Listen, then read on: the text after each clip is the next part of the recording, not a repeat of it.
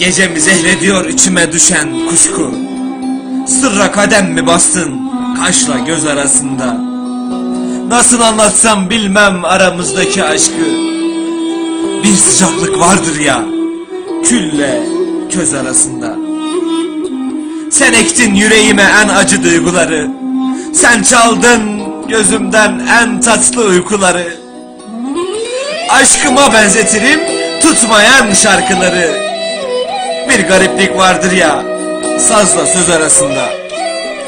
Sen yüzüme gül yeter, bırak bahtım gülmesin.